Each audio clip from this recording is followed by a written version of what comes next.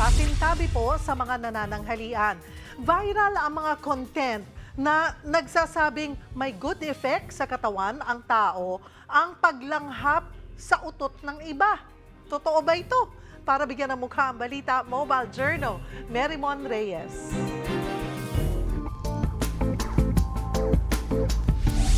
Mga kapatid, sino bang hindi mababadtrip kung out of nowhere ay amoy utot na? Lalo kung may tunog pa, di ba? Pero teka lang, sabi kasi sa social media, may benefits ang pag-amoy niyan? Gaano ka-true? Milyon-milyon na ang content online kung saan sinasabing may good effect sa katawan ang pag-amoy ng utot. Ang sabi pa, dahil daw yan sa hydrogen sulfide na mabuti raw para sa mitochondria o yung powerhouse of the cell. Wow, ang deep! Pero di lang yan, may mga nagkiklaim din na pampahaba daw ng buhay ang paglanghap ng utot ng special someone. What if i-text ko na si Love? Charot! Pero on a serious note, ang mga yan, medically proven ba talaga?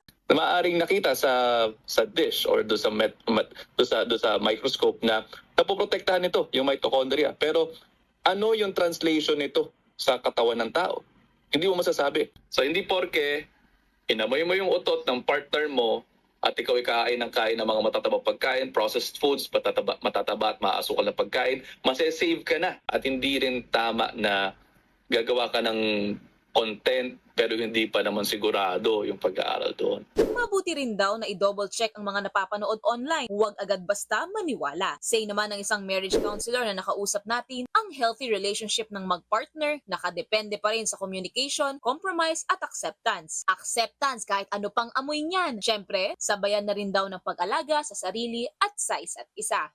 Maybe there's some motivation for saying that yung amoy mo yung utot ng ano mo because it's fun. You'll have fun together doing that and it's like imbis na ma-disgust ka sa asawa mo, you just put humor into it. Humor always builds some kind of kumbaga level of acceptance towards your partner.